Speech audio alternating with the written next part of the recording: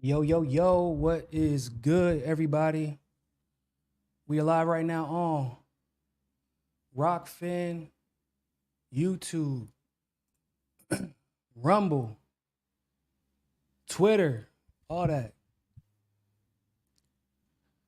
And yes, I already know y'all can see through my shirt. Like the green screen is not friendly to my shirt for some reason, even though it's not green, it's blue that it's shining through.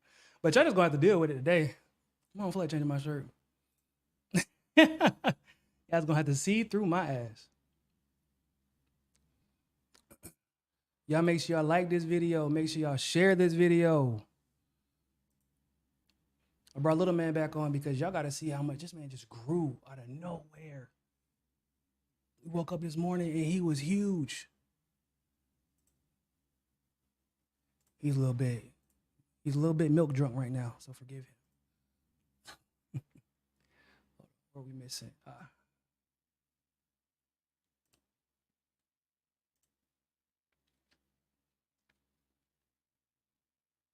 Yeah, so like I said, we're on Rumble, YouTube. Yeah, we're on Rumble, YouTube, Twitter, Rockfin. I think that's about the extent of it. That boy heavy. You want to see him? You want to say hi for you? I'm a little man. I'm a little man. You want to say what's up, everybody? Huh? No? That's okay.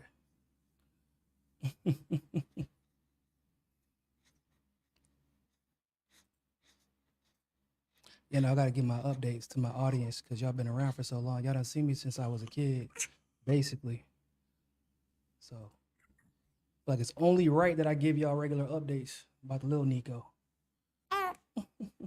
Say, what's up? Say, oi, tudo bom? He was screaming at me earlier because he's going through this phase right now where he wants to stand up on my stomach, which is obviously, logistically speaking, not a very easy task to accomplish. So he gets frustrated and he just starts going, look, he starts getting in my face and going, ah, ah, ah. Like not crying. I don't know what he doing. Like some dinosaur mating call. I don't know what he's doing, but he's screaming in my face.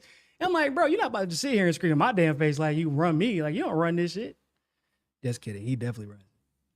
That's a baby boy. Look at y'all. Look how big he got. He's only 3 weeks old. Well, three weeks and a couple of days now. He's 3 weeks old. He just grew out of nowhere last night. He's so heavy. Like, you know, it's crazy. Kids are wild, bro. This is like a human being. Oh, man. Make sure y'all like, how we got 54 people watching right now. So y'all make sure y'all hit that like button. Make sure y'all hit that share button. Right. That's what both of my parents said that. Both of my parents said that. And that was crazy. If I showed you a picture of me as a baby, I looked exactly like this. It's crazy. I was like, I don't remember looking like that. And my mom was like, no, you looked exactly like that. Bro, this motherfucker, really? You gonna take a shit? He's exploding from both sides, y'all. He just took a shit on me. And then he had the audacity to vomit on me too. Amor, você quer pegar seu filho? Ele fez cucu e está vomitando. Por favor, vem pegar. Sério? Você vai dizer como você não me ouviu? Sério? Y'all give me 1 second. Let me go run this little boy upstairs. She acting like she don't hear me right now.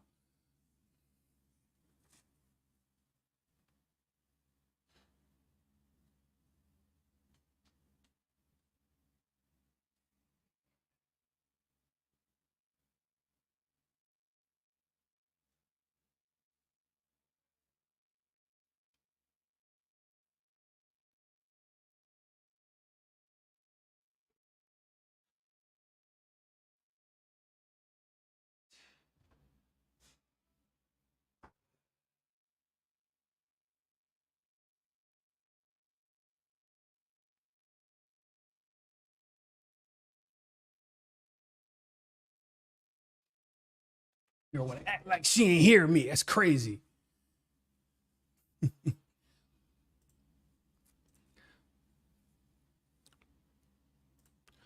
All right. We'll give it about 2 minutes before we get started.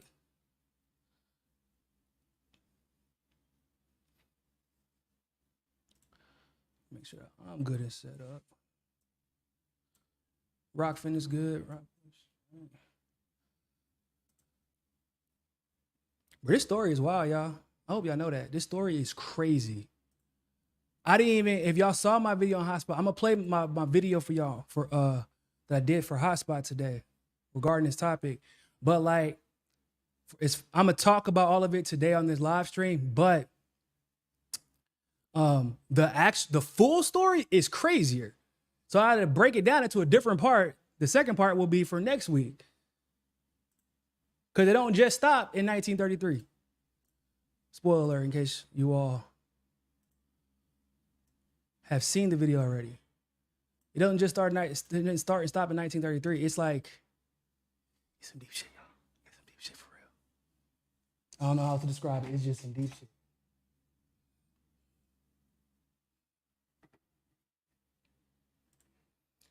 Okay, oh, maybe one more thing before we get started. Like, share this video. I promise you, you will regret it if you do not share this video. I promise you will. Share this video. Share it on YouTube. Share it on Facebook. All that.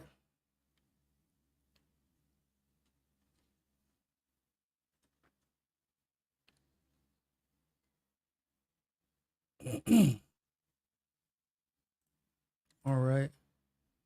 We got 124 people watching in total right now. Hey, y'all make sure y'all, I got all my links in the description on YouTube, Rumble, all that good stuff, Rumble Rockfin. Follow me over there because after this video, I'm not exactly sure if I'm going to make it on YouTube after I do this video, but y'all know me, man. I'm just a glutton for punishment. I'm a glutton for censorship. I can't help but tell the truth. Even when it is going to get me banned from YouTube. I hope it doesn't, but you know, I'm a realist, guys. I'm a realist. Oh God. Mangeli, did I pronounce that right? No, maybe, no, perhaps. Jimmy, what's going on? What's going on? Joseph Hamad, Ryan Glenn, Pro to Kill. Who else we got?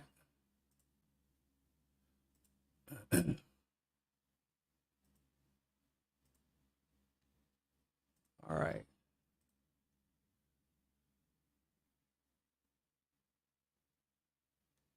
Like, share. All right. Mangola. Bro, how was I supposed to guess that this man's name was Mangola and it's spelled Mengele? That is crazy. He got to fix that. He got to be accessible. The name got to at least sound kind of what it looked like, but whatever.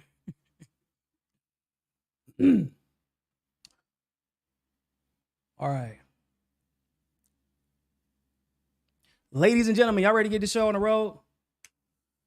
All right, people. So thank you all so much for tuning into this live stream segment of For the People podcast. I am your humble host, Niko House, and I know at least some of y'all got to be at least a little bit tired of hearing my voice or seeing me because, good God, I streamed yesterday, obviously. Then I was on Sabby and JB's show last night. Shout out to Sabby and JB. Huge shout out to JB because he's what led me to this huge revelation, showing me this video. Then I was on Convo Couch this morning. Then I was on with Nick at noon on RBN like an hour and a half ago, 2 hours ago. Now I'm here again. But you know, I told y'all when I'm back, yo. So just get over it. If you don't want to see me, yeah, I know y'all love me. It's okay. But no, seriousness. Happy to be here. Glad to be back. I actually was not going to stream today, but this content was so crazy. This news was like wild to me because it's one of those things. It's like one of those best kept secrets. It's one of those best kept secrets or worst kept secrets. No, it's actually one of the best kept secrets because somehow Zionists, with all their propaganda and with the help of the West, has been able to sweep this information kind of under the rug. It's been swept under the rug.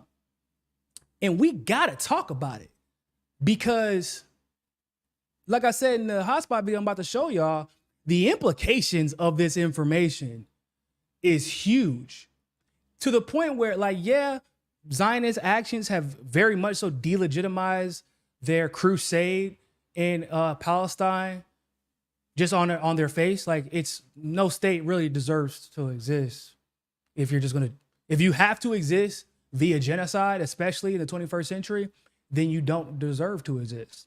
But the truth is, once you see the information that we have on the history of Palestine and Israel, you gonna be like, hey, yo, ain't no way that this has just been ignored for 75 plus years.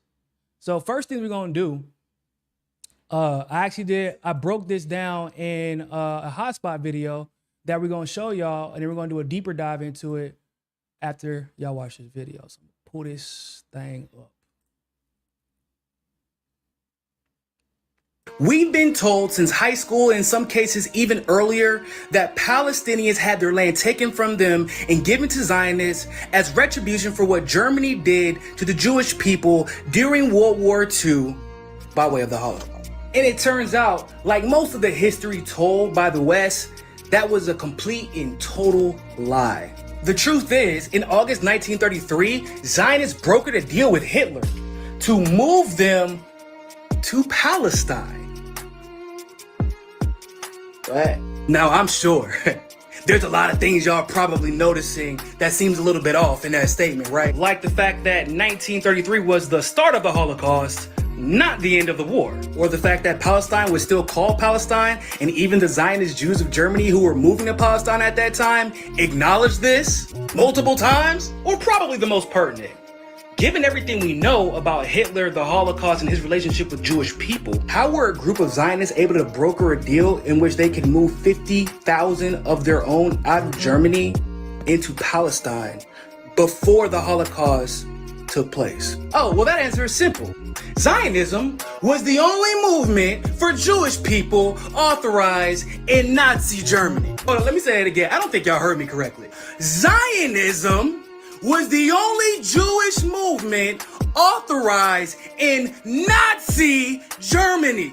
So before the Holocaust kicked off, Zionists worked with Hitler to move 53,000 Zionists out of Germany into Palestine. Then those Zionists in Palestine were given $100 million by Hitler, which was then used to purchase goods from all over the world, which led to an industrial revolution in Israel and an economic boost in all of Europe and even the United States. This ultimately led to all of the Zionists in Germany being protected and insulated from the Holocaust. Now, these facts have a bunch of crazy potential implications. Like, how about the fact the Holocaust started the same year that the Zionists disappeared, and they didn't warn the world? They didn't use their influence to warn the world that the Holocaust was coming and what Hitler's plans were for Jewish people, their people? Also, why was Hitler so quick to work with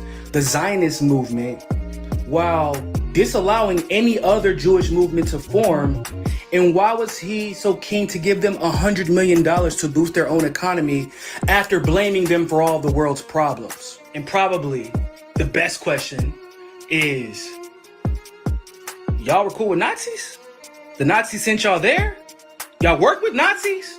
Y'all were approved? Y'all were an approved organization and movement by Nazis? And y'all managed to avoid the Nazis' Holocaust. So the lie that has been pushed to us is that it is okay for Zionists to genocide and steal the land of Palestinian people because otherwise they would have nowhere else to go because of what Hitler did in Germany. But Zionists worked with Hitler to escape that. They actually had a way to avoid being genocided. Just Zionists, though. What it sounds like to me is that they were going to give Palestine to the Zionists come hell or high water, and there was nothing that no one in this world could do about it, including Hitler. Let that sink in. And tell me that doesn't make you feel a little bit uneasy.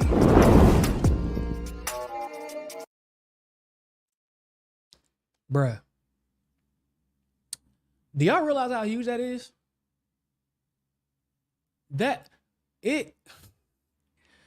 Since middle school, we were taught World War I and World War II, and there's always three things, including the atom bomb, that stick out, right? Whenever you get asked about what caused World War I, what's the first thing everybody who's American will likely tell you? Oh, it's the assassination of Archduke Franz Ferdinand. It's like robots, bro. It's like we're programmed. We know. Everybody, and when you be like, damn, well, what was the real cause? Because it didn't make sense why an Archduke would be the spark of a world war. And you ask your teacher, and they would always say, just know it for the test, right? That's one thing that sticks out. World War II is the Holocaust, and that Israel was given to Jewish people as basically retribution. Like, oh man, look, this is the only place in the world that all Jewish people would be safe, because look at what happened with Hitler. Look at what happened at the Holocaust. There was nothing that we could have done to prevent it. We weren't like, we had to be given Palestinian land. Like, that was the justification for everyone being okay with the Zionists coming in. And then, of course, using the West in their power and influence to greenlight it, and just stealing Palestinian land.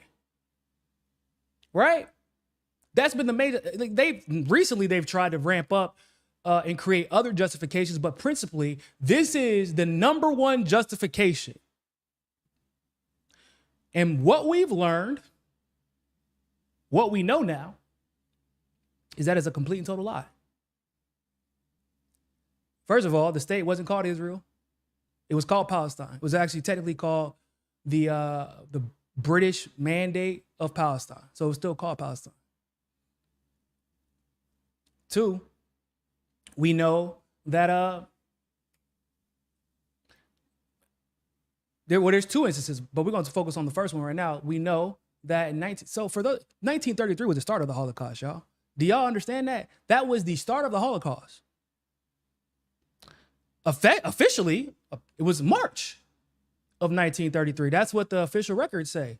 This deal was brokered around August.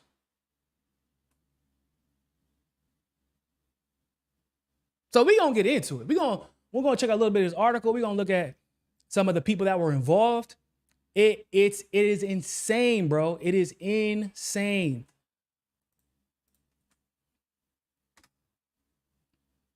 We going to look. Told y'all this is about to be wild. Like the video, share this video. 90 years ago, a negotiated transfer led more than 50,000 German Jews to Palestine. The August 1933 agreement between Jewish agency and the Nazi regime enabled 53,000 Jews to immigrate from Germany to Palestine over the following 6 years.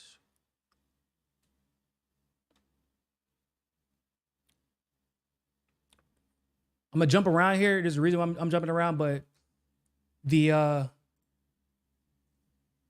read the first part for y'all. This year, which marks the 75th anniversary of the State of Israel, there is one commemoration that certainly will not take place. 90 years ago, on August 7th, 1933, the Zionist movement finalized a transfer agreement, known in Hebrew as Haavara, with Adolf Hitler's Germany. Yep, that same Adolf Hitler. Okay. The Nazi regime gained valuable means of circumventing the international boycott campaign that its anti-Semitic policies provoked.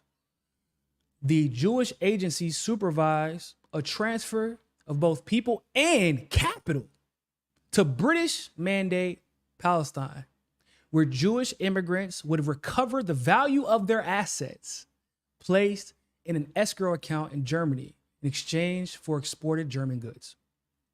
The Zionist movement, which had become the only authorized Jewish organization in Nazi Germany, was thereby able to transfer around 53,000 Jews to Palestine, saving them from persecution.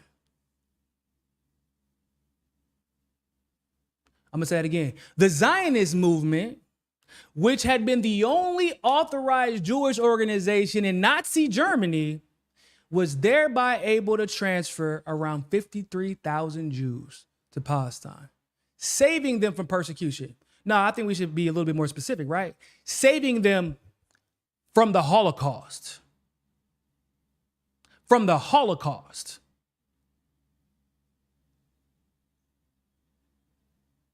And what did Hitler try to do this to circumvent a boycott? So all you had to do was appease the only Zionist organization that you allowed to exist in Germany to avoid a worldwide boycott.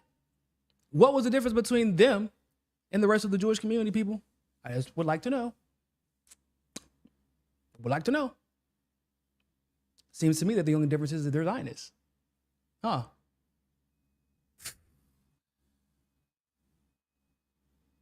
Now, Adolf Hitler's accession into power in Berlin on January 30th, 1933 was soon followed by a wave of anti-Semitic measures prompting Jewish organizations and others to launch an international boycott. Ironically, I guess we should say, because now if you try to boycott, if you boycott, if you participate in BDS, you're anti-Semitic. So it's like weird. Like if you don't like genocide and you decide to boycott, it was cool when the Zionists did it. It's a problem when we do it, but you know, fuck them. But Haim Arlosoroff, I'm butchering his name, I'm sure, but that's his name.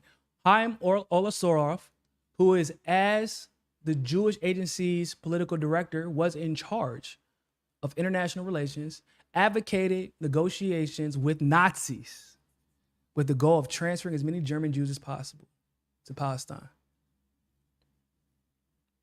Yeah. Oh, but even his story gets crazy.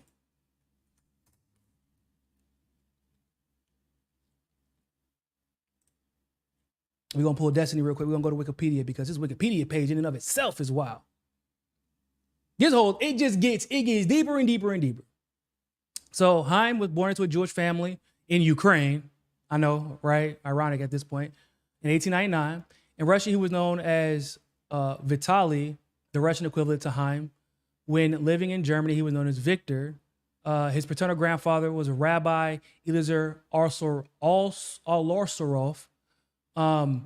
And at the age of 6, he encountered anti-Semitism for the first time. Cool.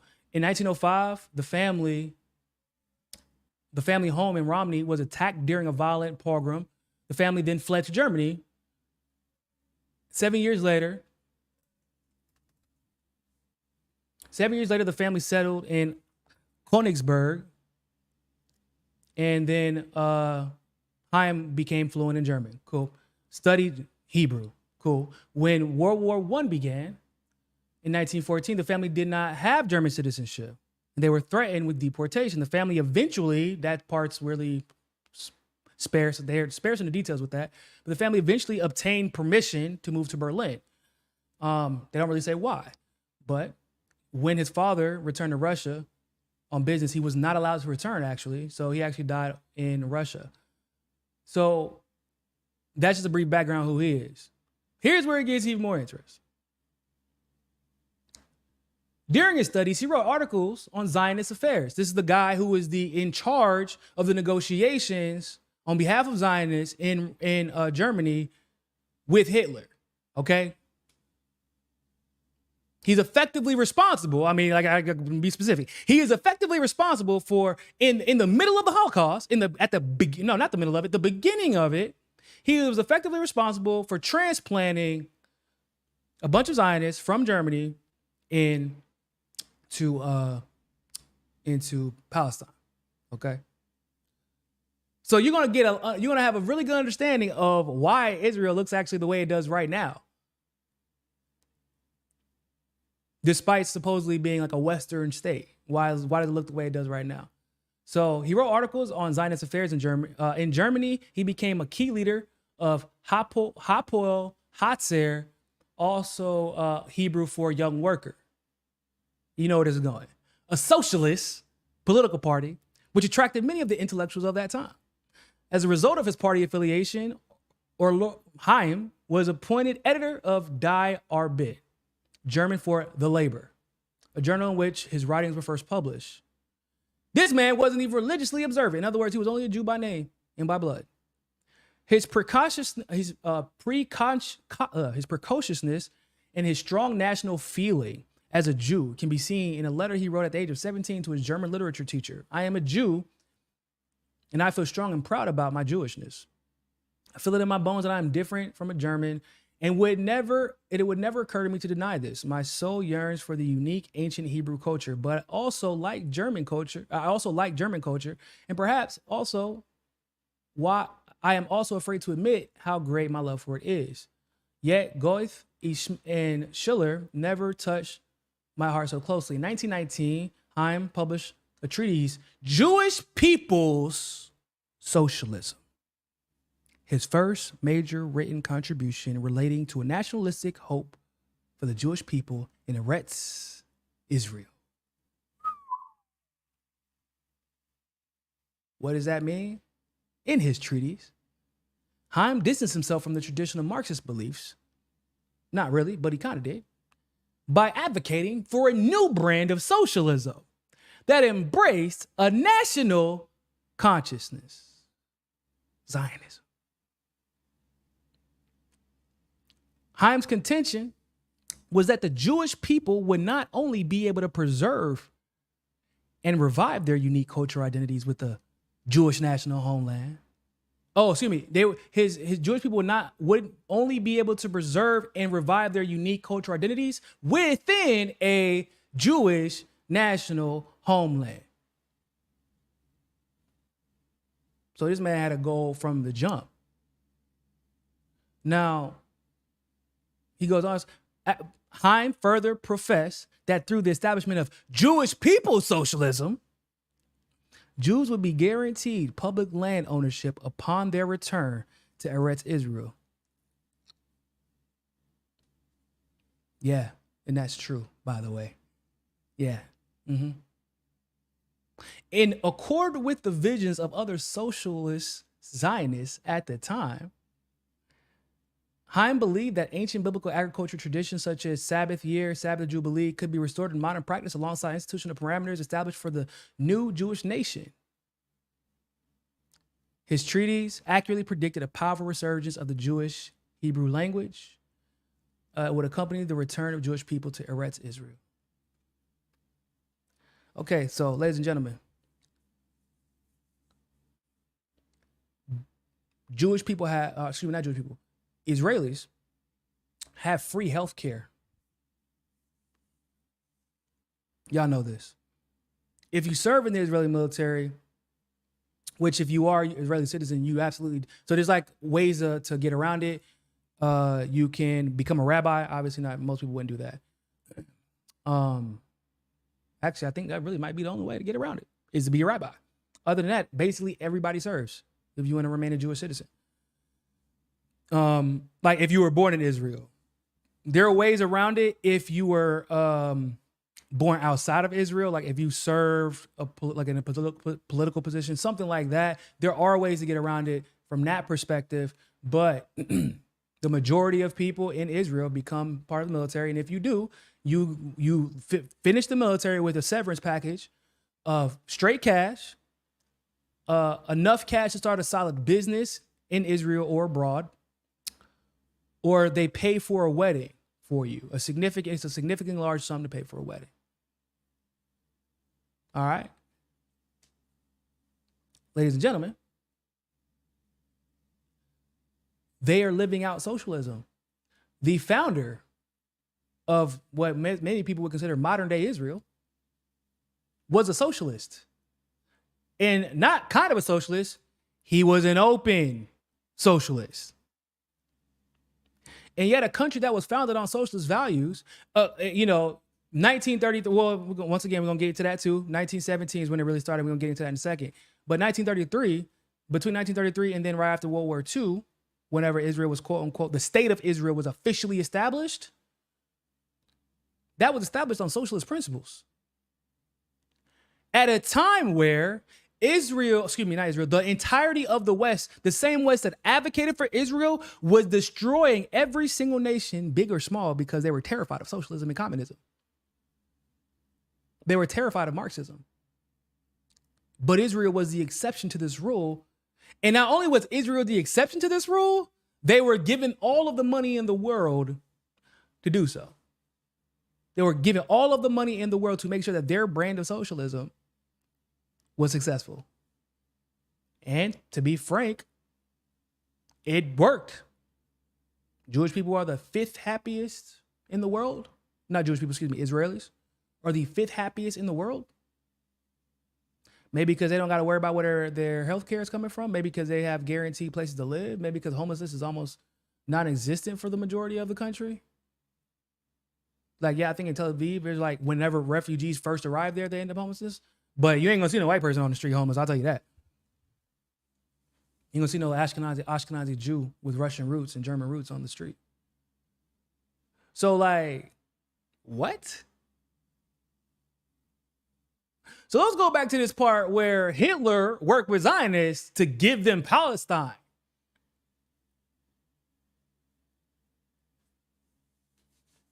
Somebody want to explain that shit to me? Because if y'all worked with Hitler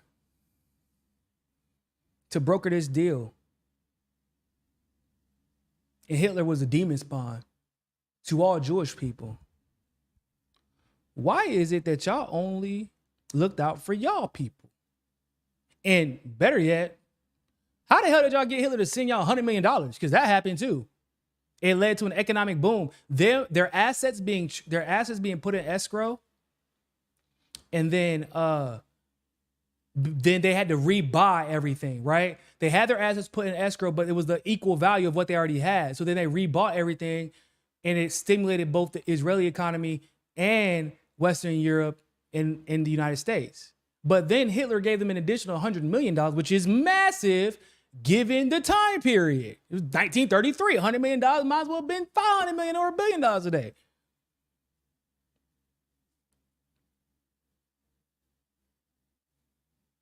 Y'all work with Hitler and y'all didn't want to warn anybody? Y'all didn't want to warn anybody? Y'all didn't want to call y'all homies in Poland, in France, in Berlin?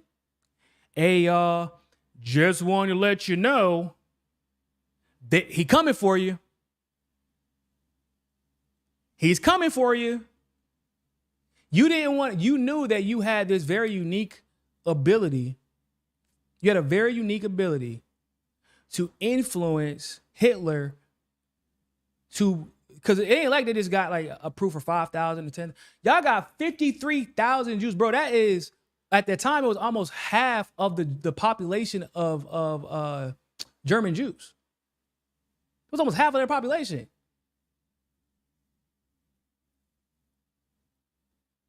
And y'all couldn't make a phone call or something? Hey, bro, like, he coming. Y'all better get up out of there. Or y'all couldn't use that power with Hitler to get a few 100,000 more? Not that, like, once again, I'm not trying to say like we should be giving their land away. My point is, Zionists only seem to look out for whom? So the excuse that we have been given is that Israel was given to Zionists effectively, that Palestine was taken away from Palestinians because we got to feel bad for what happened during the Holocaust. But Zionists, Germans didn't experience it anywhere near as bad as we thought they, like the ones who benefit the most from Israel weren't the ones who were being slaughtered. It was the anti-Zionist Jews and the Jews who weren't in the circle, who didn't have assets, because you had to have the assets to move to Israel. Generally speaking, those are the Zionist Jews. You had to be part of this little unique club to be accepted and broker this deal. And they left all of their Jewish brothers and sisters around the world, left them all out hanging to dry took Palestinian land, and the ultimate conclusion that I can draw is y'all had this plan set up well in advance. The land that was stolen from Palestinians, people. The land that was stolen from Palestinians. It was not given for retribution.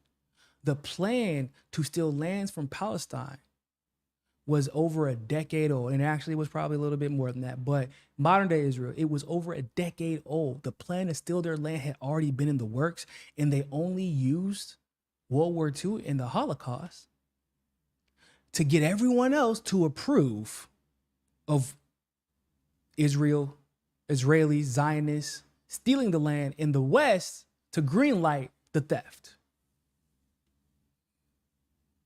That's not a big deal. And also, to be quite frank, in my experience, those who were able to successfully broker deals with Nazis that lasted longer than 2 to 3 years, because usually Nazis, what they broker deals with you, and then they broke them, right? That's what they do. They're Nazis. That's kind of what happens. But Nazis worked with Zionists to give them the most important piece of land, most important piece of property, the most important asset to them as a culture, after he was going balls to the wall, blaming them for all of the world's problems. It's almost as if they might have shared some values.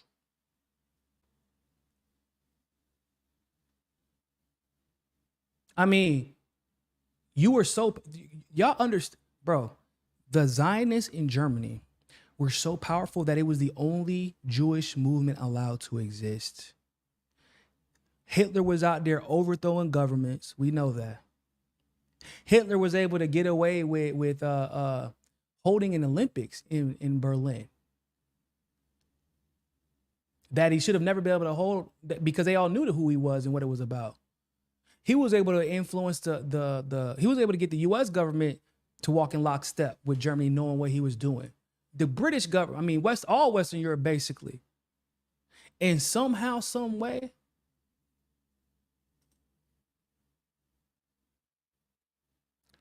the Zionist movement had so much power in Nazi Germany that they're like, here's the fucking deal, bro. You gonna let us go. I don't know what you got going on over here, but you're gonna let us go. Not only gonna let us go, okay? You're gonna pay us to go. You're not just gonna let us leave. You're going to pay us to go to our promised land, a land that we were saying is promised to us. You're gonna help us jumpstart our economy.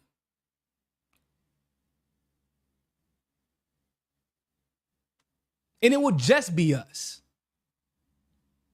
I don't give a shit about this Holocaust that you got going on. Do what you want to. I don't give a shit about, because what they basically told us was like, oh, y'all got that much power. Y'all can, that's what they said anyway. Boycotting Hitler, they had so much power that like Hitler was terrified of a boycott. Like his war depended on it. Y'all telling me y'all motherfuckers could have stopped the war, and y'all said, yeah, nah, what I would rather do. I know I could stop World War II. I know I could stop the Holocaust. I know I could cripple Germany's economy if they think at all about committing all the war crimes that Germany did end up committing. But instead, we're going to use that as an opportunity to go steal our fucking land back, bro. Zionism.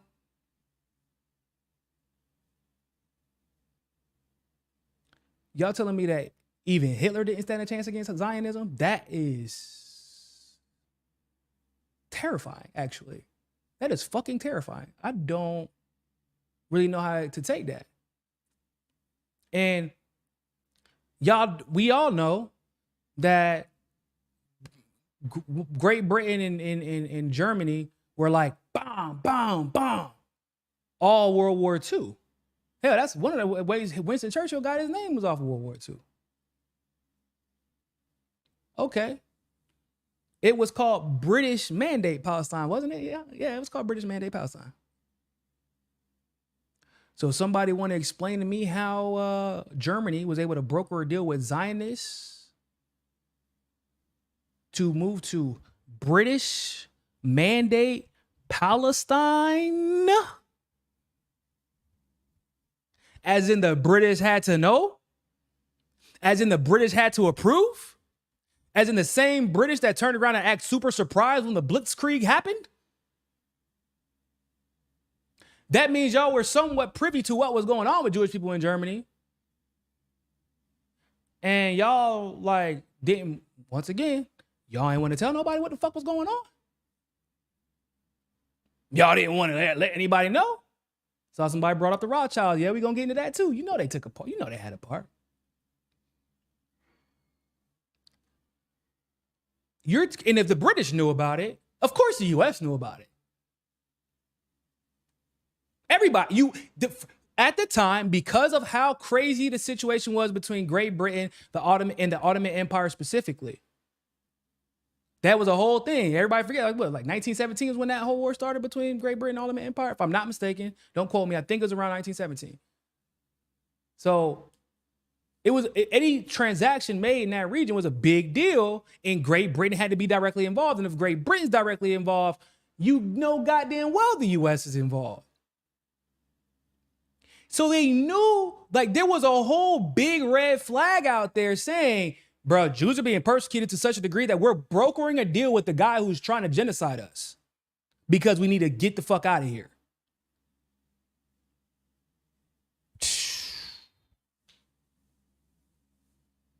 Okay.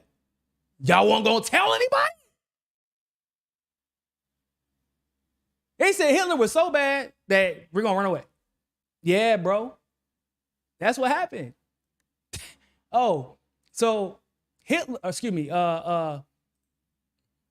that wasn't actually, 1933 was just the second time that they just decided we're going to take some Palestinian land and give it to some Zionists. That's just actually the second time it happened. It's not even the first time. That's what's even crazier. That wasn't even the first time. And we've been told that they were given stolen land because of World War II, the end of World War II. Well, 1941, through 1945 or whatever it was. That's what we were told. Bro, first time they were given a bunch of land was 1917. 1917. Let's check out this article, y'all. Once again.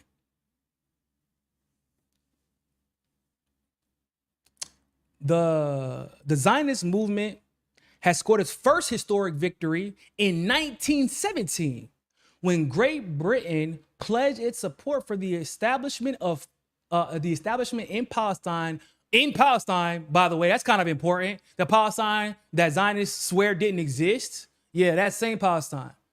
The establishment in Palestine of a national home for Jewish people. What? Well, hold up. Y'all just gonna steal these motherfuckers' land? Y'all didn't get Holocausted in 1917, the last time I checked. There was no Hitler in 1917, at least not a Hitler that had taken any significant power in 1917. What? So why are we told that the whole start and end of Zionist Israel was in 1940, 1945 is what they say, or what was it? Let me see. It was 75th anniversary just passed. The official establishment of the state of Israel. I don't want to misquote. So 1948. My math ain't, I'm not math wizard, not a math scientist, nothing like that, but that's about 30 years earlier. Why exactly were we not taught this in school? Why exactly is this not like, and when we're having, you know how many debates I've seen, Norm Finkelstein with Destiny, Max I've seen go on with on Timcast. I've seen so many brilliant people and so many great debaters representing the side of Palestine, and no one has brought this up. That the whole premise behind the Zionist state of Israel is a fucking lie.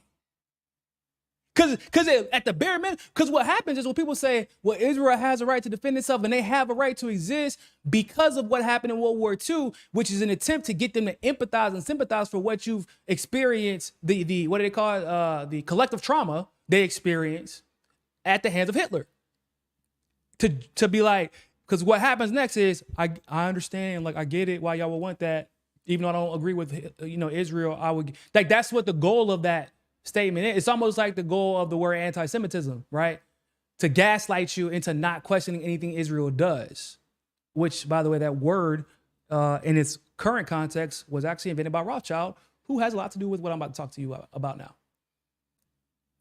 5 years later, this commitment, known as the Balfour Declaration, was incorporated into the Charter of the Mandate over former Ottoman Palestine, entrusted to the United Kingdom by the League of Nations. Woo! Yeah. Right? That's crazy. Sentient Dreamer, this eclipse is laying all the secrets bare. Amen to that, brother.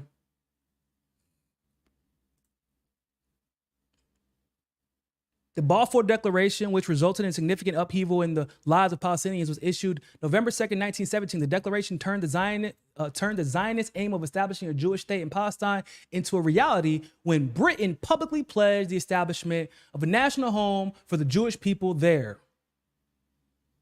No World War II, no Hitler, no Holocaust. Already planning on stealing their land. The fucking land, so at this point, what I'm trying to tell you is there is no justification for what we're seeing. The land was already stolen. You can't even hide behind the Holocaust anymore is what I'm telling y'all. Come on, people. The pledge is generally viewed as one of the main catalysts of Nakba, the ethnic cleansing of Palestine in 1948, and the conflict that ensued with the Zionist state of Israel. Not 1942, or excuse me, not 1948, 1949, 1947, 1945, 1943, 1941, or even 1940. Nope. 1917 with Great Britain. Not 1948 because of Nazi Germany. Okay. It is regarded as one of the most controversial and contested documents in the modern history of the Arab world, and it's puzzled historians for decades. There ain't nothing puzzling about it. For me anyway, but whatever. What is the Balfour Declaration? The Balfour Declaration was a public pledge by Great Britain in 1917 declaring its aim to establish a national home for Jewish people in Palestine. The statement came in the form of a letter from Britain's then Foreign Secretary Arthur Balfour. Oh, ho. But you know who he wrote it to, y'all. Go ahead and finish it. Y'all already know who it was. It was addressed to Lionel Walter Rothschild, a figurehead of the British Jewish community. First of all, what? A figurehead? No, don't just figurehead me, motherfucker. Figureheads don't really have power. Figureheads, we know what a figurehead is.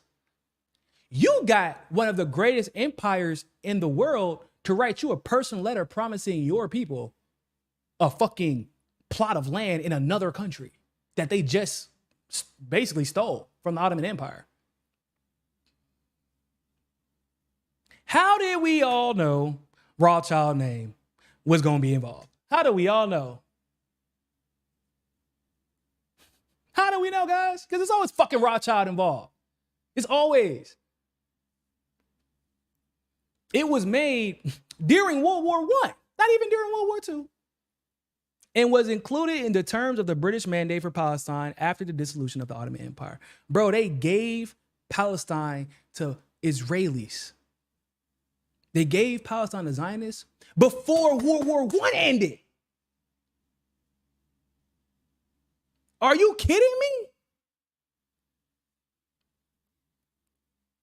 The so-called mandate system set up by the Allied powers was a thinly veiled form of colonialism and occupation. Thinly veiled my ass. It's only thinly veiled because we don't learn about it, but that's pretty much open and blatant colonialism. The system transferred rule from the territories that were previously controlled by the powers defeated in the war, Germany, Austria, Hungary, and the Ottoman Empire in Bulgaria, to the victors. The claim, but once again, it would even make sense if they were giving it to a country, right? Y'all have to remember what Palestine is. Palestine is a highly contentious territory because of the religious and historical implications. Everybody knows this. And you didn't give it to a fucking country. Y'all wrote a letter to Rothschild to give it to a group of people.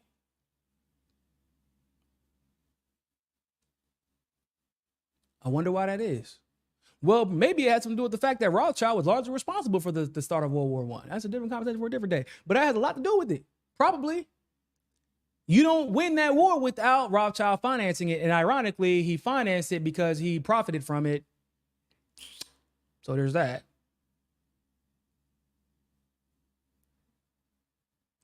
And what's craziest about this is Hitler decided, I'm going to continue the work that Great Britain started with Lord Rothschild in 1933. Like, bro, was balls to the wall, screw Jewish people. That's how Hitler was. And but I'm gonna make an exception for the very sect of Jews that I am blaming for all of the world's problems. What? Please explain this logic to me.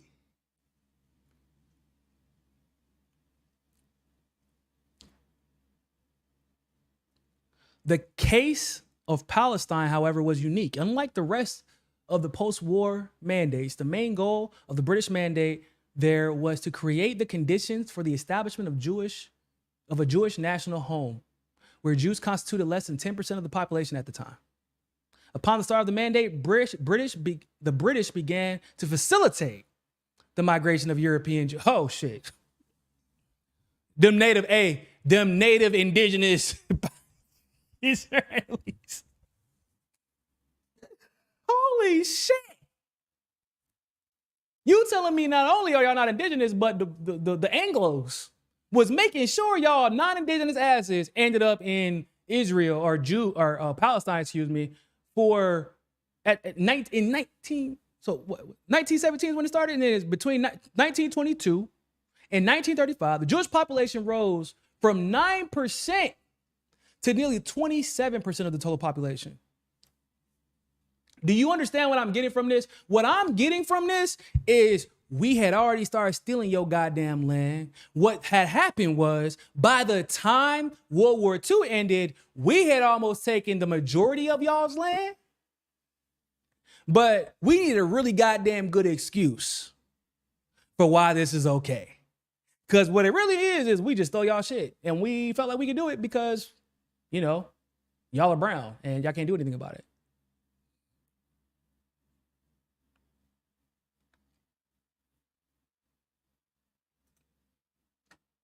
ARJ 1997, thank you for the super chat.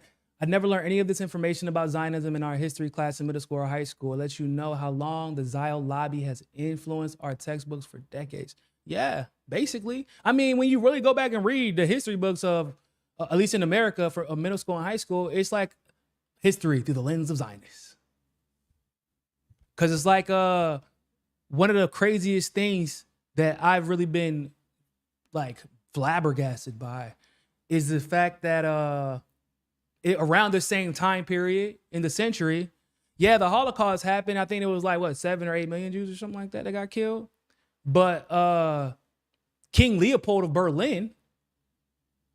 Belgium, excuse me, King Leopold massacred 20 million people in the Congo at the same, not at the same time, but before the Holocaust even happened. This happened. Let me make sure I'm not crazy. But if I'm pretty sure.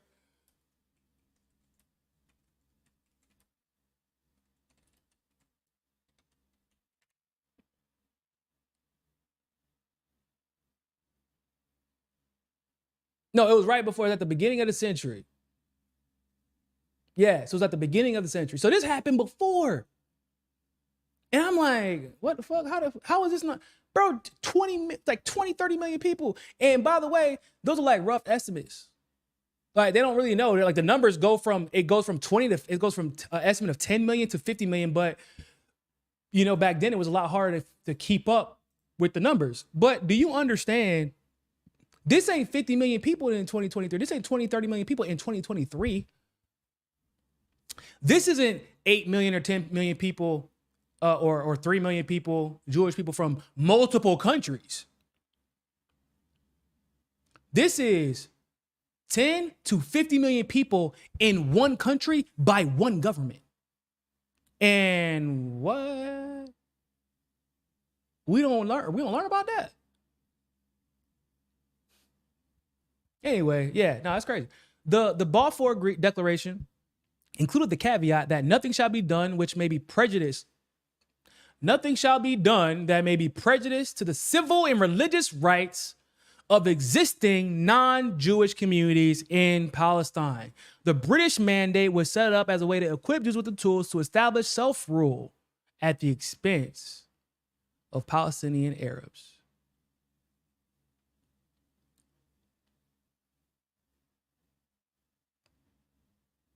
Firstly, well, why was this document so controversial? Firstly, it was in the words of the late Palestinian American academic Edward Said, made by a European power about a non-European territory in a flat disregard of both the presence and the wishes of the native majority resident in that country. And that's just the Balfour Declaration promised a Jewish land where natives made up more than 90% of the population. That is fucking insane. Sadly, the declaration was one of three conflicting wartime promises made by the British. Oh, secondly, not sadly. When it was released, Britain had already promised the Arabs independence from the Ottoman Empire in 1915. In the 1915 Hussein McMahon correspondence. The British also promised the French in a separate treaty known as 1916 Sykes-Picot Agreement that the majority of Palestine would be under international administration while the rest of the region would be split between two colonial powers after the war. Oh, France don't know. Yeah, you might have thought that, but then Rothschild came into the picture. So here's that. Declaration, however, meant that Palestine would come under British occupation, that the Palestinian Arabs who lived there would not gain independence. Finally, the declaration introduced a notion that was reportedly unprecedented in international law, that of a national home. So in other words, it is introducing the concept for the very first time in international history of the right to exist for a specific group of people as a state recognized by the international community. Which we talk about all the time, and it's never been done. So I don't understand why this right to exist only and uniquely applies to Israel when it's never been done. Earlier drafts of the document used the phrase, the reconstitution of Palestine as a Jewish state, but was later changed. In the meeting with Zion, it's always the Zionists, right? In a meeting with Zionist leader Chaim Weizmann in 1922, however, author Balfour and then Prime Minister David Lloyd George reportedly said the Balfour Declaration always meant an eventual Jewish state. So there you have it, people. So there you have it. The plan was to steal land from Arabs, Palestinians, you know, the indigenous Palestinians, the ethnic Palestinians who had been there. That everyone, like literally the Balfour Declaration acknowledged while giving this land away. They acknowledged those Palestinians while giving this land away. That land was given away and it had nothing to do with the Holocaust. It had nothing to do with World War II. Had nothing to do with Hitler. Germany, not Germany, Great Britain, the United States, and all who participated in aiding and abetting this grand larceny that we've seen, they used the Holocaust as an excuse, but it was never about the Holocaust, as it usually kind of happens, right? We always find out eventually, y'all don't really give a fuck about the people who died. Even whenever it seemed like, cause you're like, damn, bro, like at least they talk about the Holocaust. They don't even talk about what happened in the Congo. But now Jewish people are hopefully figuring out, damn, y'all didn't really give a fuck about the Holocaust. Y'all didn't care about all of us.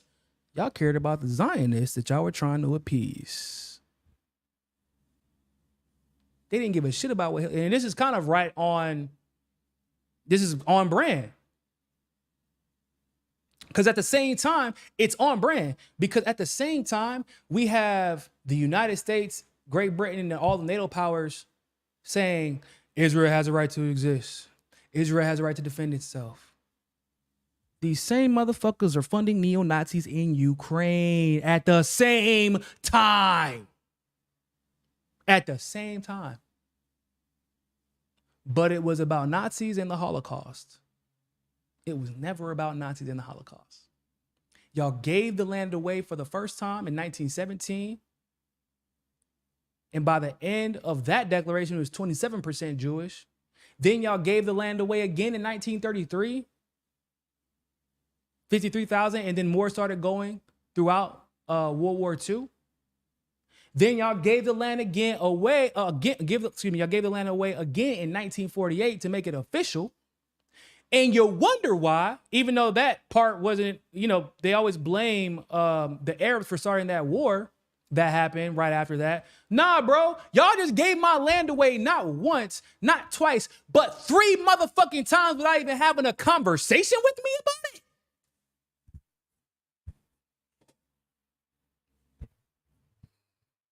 What? 3 times without even a conversation with me about it, bro. Yeah, we got to go to war. Yes. And then y'all get here. Some Palestinians tried to be receptive to the Jewish people that were moving there. By the way, it wasn't the Ethiopian Jews that were included in this Balfour Declaration. In case y'all were curious, I know that y'all probably know this, but it wasn't the Ethiopian Jews. It wasn't the Yemeni Jews. It wasn't the Libyan Jews or the Persian Jews that were welcomed with open arms, that this land was made for, land was given to. It wasn't them receiving money and grants and all that shit. It was the white, Eastern European, or Anglo Jews. So it wasn't the establishment of a Jewish state. It was establishment of a Jewish state for white Jews.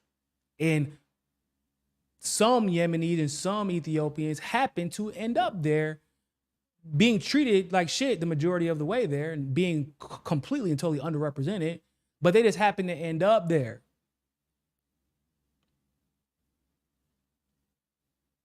That's not the same thing as a Jewish state.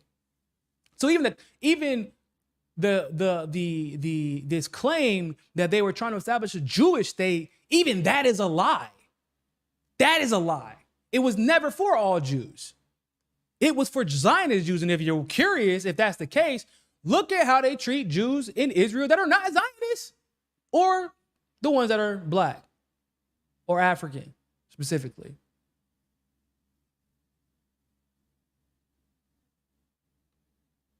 And y'all want to lay, like, Zionist's greatest argument, y'all, and I'm going to go ahead and move on to the next topic in a second, but Zionist's greatest argument is somehow that they are indigenous to that land. Boy, y'all better get that shit out of here. That's dead now.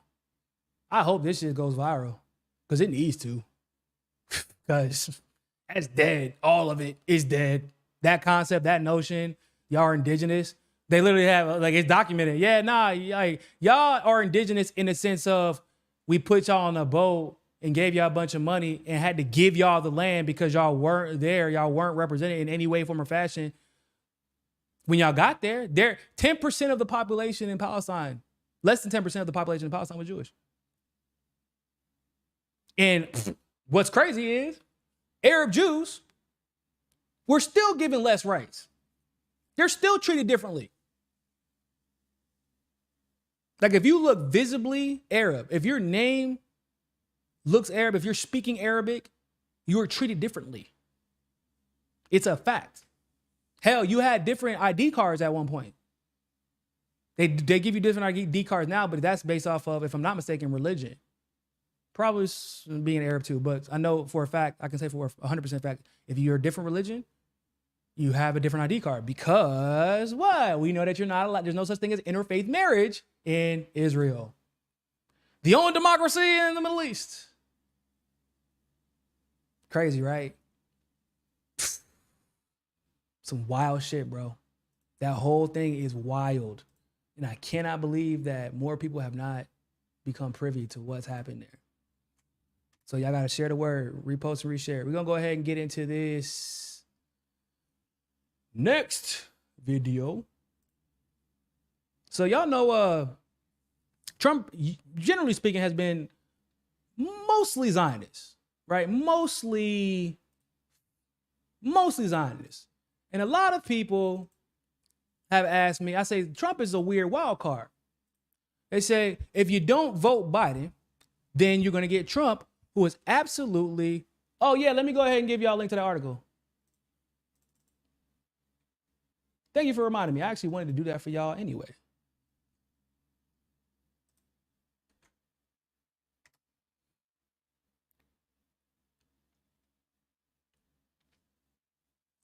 Post it in the chat, y'all.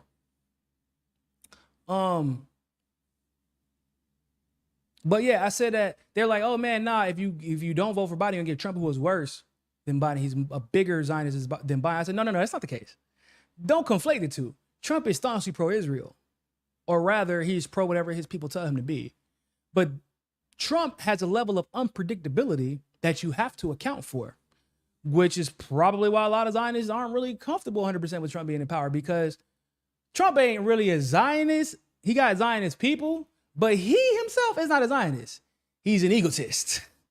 All right. If whatever Zionism is doing at the time does not align with his goals and his ambitions and his victory and what his people want, then he don't really give a shit about Zionism at the end of the day. He don't really care about it that much. He's like, yeah, I'm gonna say it because a lot of my people want it. But if the moment that it becomes inconvenient, I'm out. So he just had this interview, right? And whoo, it ain't looking good if Trump went. Like, this is a crazy interview because now Trump has put himself with these comments in a weirdly unique position, where now you might see, like, they were already, the powers that be, for the most part, were already behind Biden because of his predictability. And even though Biden may have criticized Netanyahu, that's not the same thing, because he's giving the fucking weapons to him behind his back anyway. But let's check out what Trump had to say about Netanyahu and his little genocide. Talk to them. But October 7th would have never happened. They never, ever would have been attacked.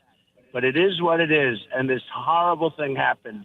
And what I said very plainly is get it over with and let's get back to peace and stop killing people. And that's a very simple statement. Get it over with. They got to finish what they finish. They have to get it done. Get it over with and get it over with fast, because you have to get back to normalcy and peace. So first of all, that's a very specific choice of words. Trump's a good politician. Like, say what you want about him, but like this, he's smart, bro. He's smart, at least in the way that he worded that shit. He said, get it over with and get back to peace. It's very hard to disagree with that if you're like a general viewer, right? Because he's not warmongering. He's like, get it over with. Whatever the fuck you're doing, get it over with, get back to peace, stop killing people. Who disagrees with stop killing people? Even if you're like mildly pro-Israel, but like you're not full-blown like genocidal Zionist, you're mildly pro-Israel, you're like, oh, I agree with that. Like, what the fuck? Why are we killing kids? Get it over with. Why are we putting other people in danger? Why are we putting U.S. citizens in danger? Get it over with, get back to peace. Yeah, I mean, but if you're like super Zionist, now you're like, yeah, finish the war, win, da da da da. Like you would interpret it in that way instead. So he's kind of smart the way he worded it. So the whole world is blowing up with this idiot president we have. He's an But you are still standing 100% with Israel. You achieved the Abraham Accords, which was the first peace deal since Sadat. And so are you still 100% with Israel? And what's your advice to Netanyahu beyond get it over with in a hurry? Well, that's all the advice you can give. I mean, that's the advice. You got to get it over with, and you have to get back to normalcy. And I'm not sure that I'm loving the way they're doing it because... Hold up. Trump, that's not what he asked you. Hold up. Let's go make sure. Let's go ahead. Well, that's all the advice you can give. I mean, that's the advice. You got to get it over with. It was the first peace deal since Sadat. And so are you still 100% with Israel? And what's your advice to Netanyahu beyond get it over with in a hurry? Well, that's all the advice you can give. I mean, that's the advice. You got to get it over with, and you have to get back to normalcy. And I'm not sure that I'm loving the way they're doing it because you got to have victory. You have to have a victory. And it's taking a long time. And the other thing is they put out tapes all the time. Every night they're releasing tapes of a building falling down. They shouldn't be releasing tapes like that. That's why they're losing the PR war. Israel is absolutely losing the PR. Why didn't he just say yes? If you're 100% behind Israel, just say yeah.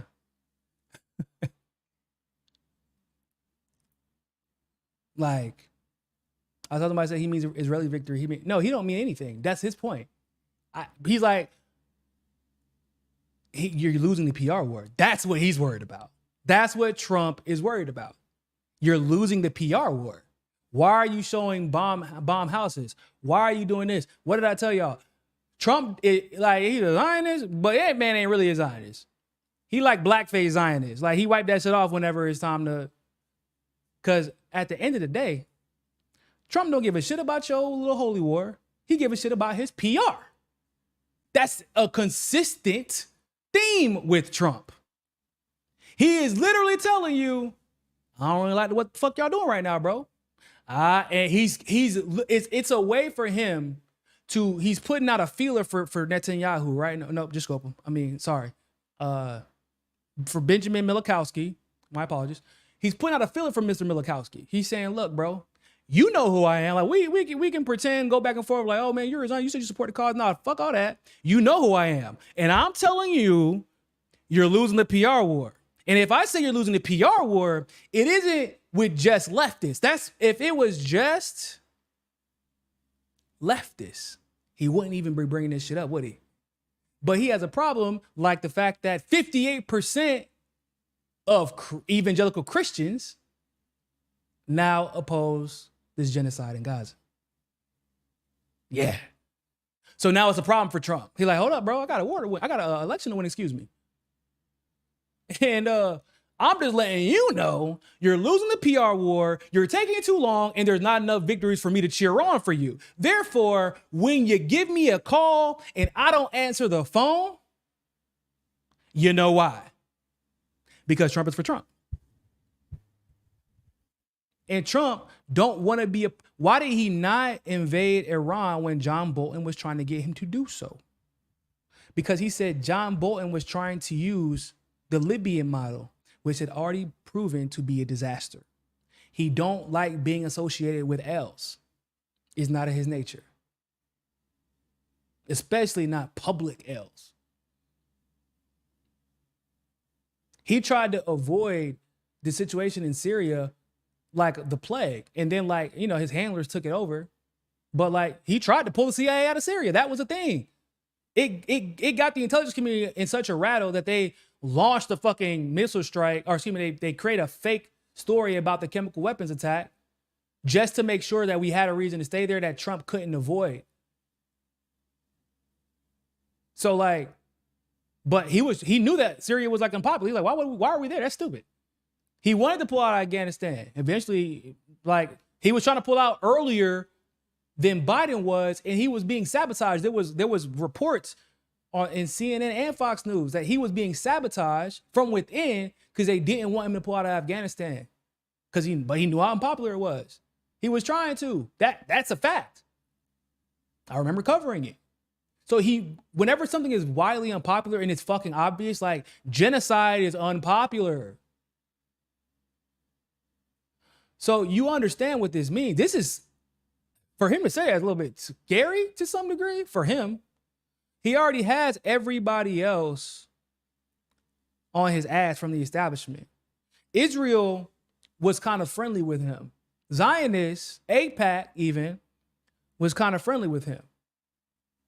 He's making it known right now, if I win, that shit, don't be coming to me like you coming to Biden. Like that whole thing where they stood up Biden because of what the UN passed with the ceasefire last week or a week ago, 2 weeks ago almost. Like, if he tried that shit with Trump, we know who Trump is, right? We know that he won't put up with that shit. It's just not in his nature. It ain't saying he isn't pro-Israel. What I'm saying is he is more pro-Trump than he is pro-Israel. He is more pro-Trump than he is pro-MAGA. He is more pro-Trump than he is pro-America. That's what kind of makes him a wild card, but also at the same time, not that much.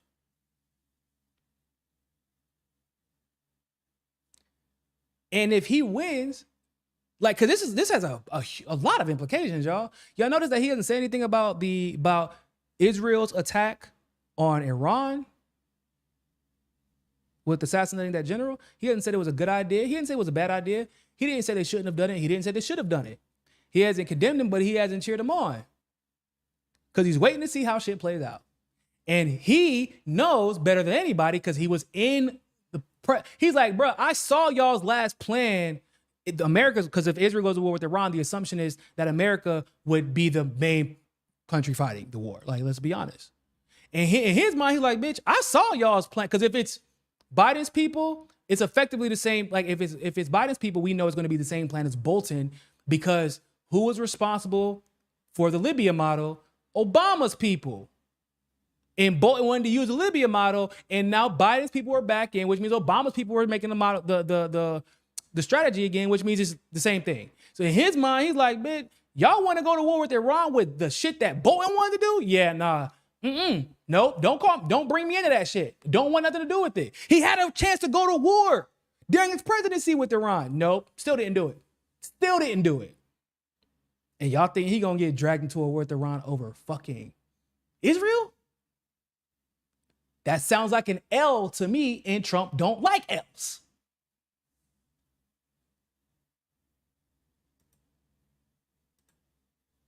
Right?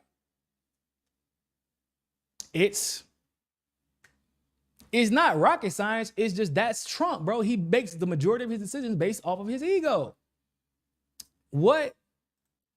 And that's why what makes this movement against Joe Biden, where people are like, yeah, motherfucker, we voting uncommitted. It makes it even more dangerous. Because Trump and his MAGA team, bro, they got a feedback loop. We know this. Whenever it was popular to support Assange, they were like, oh man, yeah. Like when Trump was supporting openly Assange, the Trump people were yeah, Assange. Then unfortunately, whenever Trump backed out of that, they were quiet on Assange. Right? Not necessarily advocating against him, but quiet on it, making excuses for Trump. Cool. When it was cool to be anti-war in Syria, they were all of a sudden what? Super anti-war in Syria. Right? Feedback loop. And if they are super anti-war in Syria openly and publicly, Trump then emulates that in his speeches. Okay. So now if Trump becomes anti-war with Iran and not necessarily anti-genocide, because I'm not going to say he's anti-genocide. That's not true. I don't believe that. He don't really care about it is my point. But if he is, we not fucking with these Zionists, they got to figure this out on their own. His audience is going to do what? His people are going to be like, well, my Lord and Savior Jesus Christ said, we don't fuck with Zionists no more. He just sent out a smoke signal. And now his people going to be like, hey, y'all, well, Trump said we don't fuck with Zionists no more. So now we can publicly say it. We can publicly say it. Why? Because Lord and Savior said it.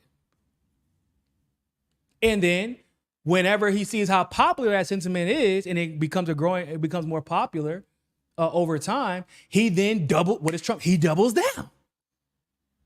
Then he gets more. And whoop, whoop, whoop, whoop, whoop, whoop, whoop. And all of a sudden, you're going to have former Zionists or MAGA people, Trump people, sounding the same way as leftists on this issue. Not for the right reasons, but when it comes to some things, I don't give a fuck if it's for the right reasons. I just need y'all to get this issue right to pressure him into getting the issue right, because it's, hell, if Biden makes it to the presidency, we'll be lucky. So it's likely going to be Trump that wins, and I need him to get this issue right so people can stop fucking dying. We can deal with everything else later, but this is fucking insane, and somebody has to keep Israel in check by bullying the bully, because that's what Trump knows how to do. And we need to prevent World War III. That's my main concern. I don't want my family going to war. I don't want my nephew in 5 years to get drafted for fucking World War III because his senile dumbass Joe Biden and all his little Zionist puppet masters have been, he won't even make it to the damn war. He won't even be here in 5 years probably. But my family's going to be fighting in that damn war. And I don't want that. That's my main concern. I mean, Iran already made it clear this retribution is coming, and it is not going to be from a proxy. It's not going to be from a proxy.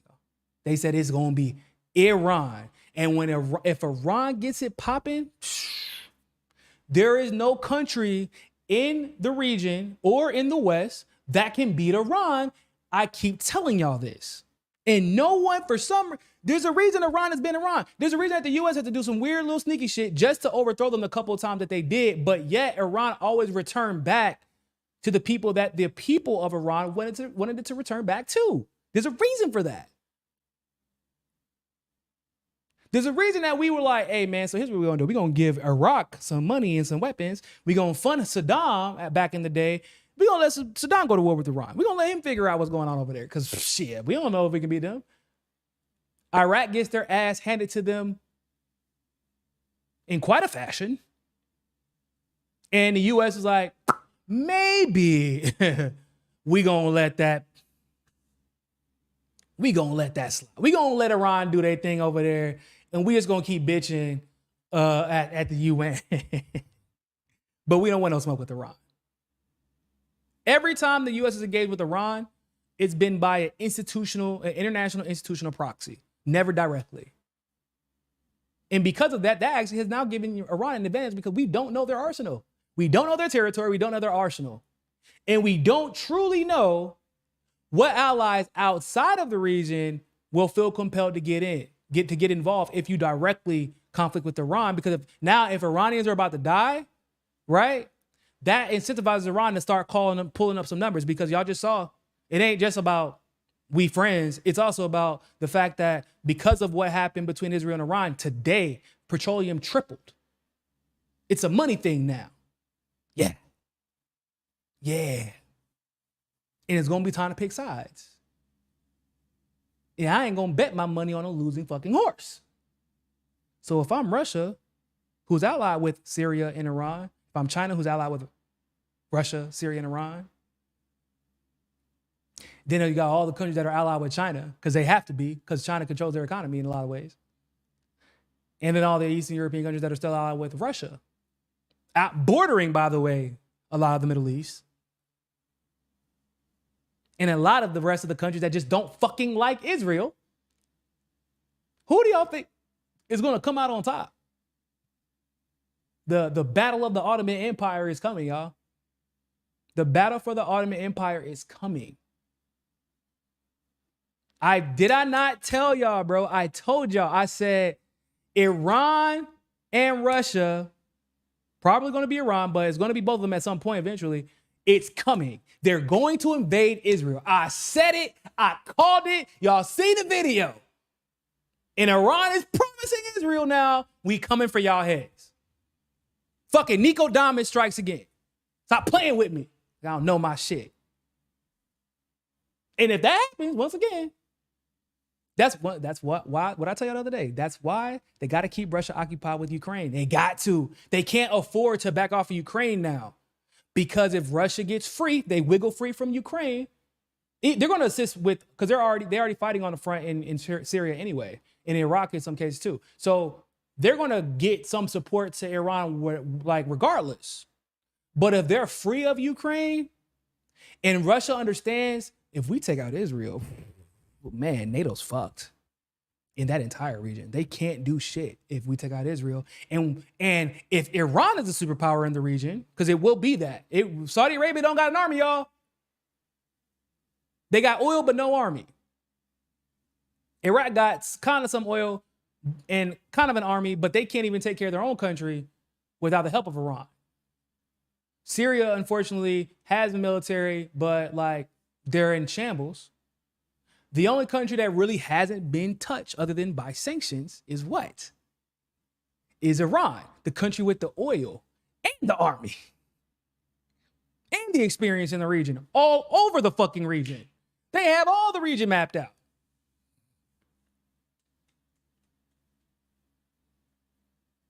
And then Russia will be allies with the biggest superpower in the region.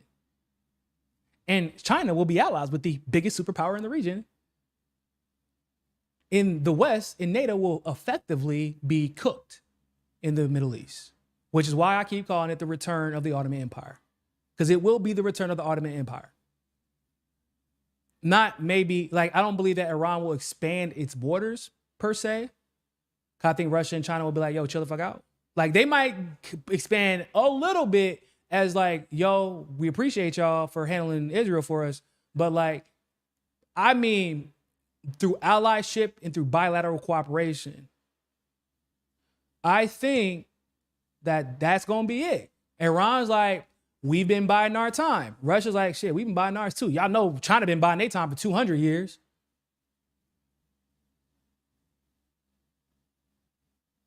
Central and oh, by the way, don't get it twisted. You know, Venezuela, Bolivia, like there's going to be some Central and South American countries that are heading that way too.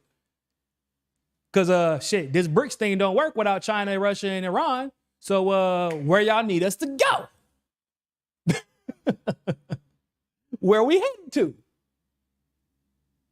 And Israel, for the first time in its history, will actually have to fight a real army. A real fucking army.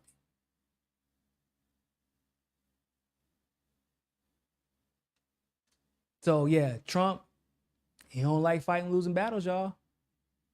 And this Israel, what we have basically what he is letting us know is this Israel shit a losing fight. It's a losing topic. It's a losing objective. Like, I don't know what the fuck you expect me to say. Like, and I don't fight losing battles. Like I've said, by the end of this, I will be extremely surprised if Israel still exists. I will be extremely surprised if Israel still exists by the end of all this. Sparky, thank you for the super chat. Denazify Israel. Unfortunately, to denazify Israel, apparently you just got to fucking get rid of the whole goddamn country and make it a city again. Because, you know, the Nazis worked with it. They worked with Zionists to make Israel. And last I checked, only Nazis worked with Nazis. That's what I heard. That's my sentiment. The last person that wasn't a Nazi that tried to work with Nazis was Stalin in World War II. And it didn't work out because he wasn't really a Nazi. Like, you're like, you know, you wanted to work with us to save your country and all that good stuff, but you weren't really a Nazi, so we got to fuck your shit up. So like, yeah, nah. Nazis are only protected by Nazis if you're a Nazi. So take that for what you will, people. Y'all make sure y'all follow me. Y'all go to my Telegram channel, subscribe to my Telegram, because I'm pretty sure I'm gonna get banned off of YouTube after putting the video out. Let me put the link in there. I'm laughing, but probably gonna happen.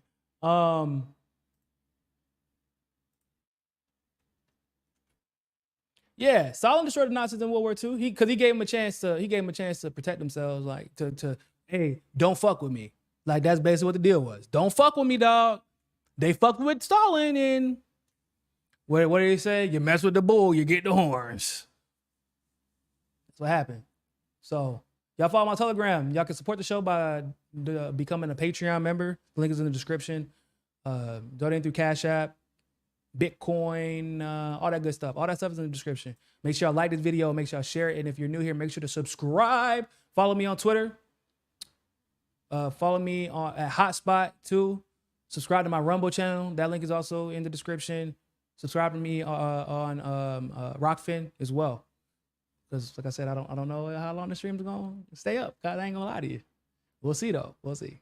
That being said, ladies and gentlemen, always remember more than anything else, find your balance. Peace.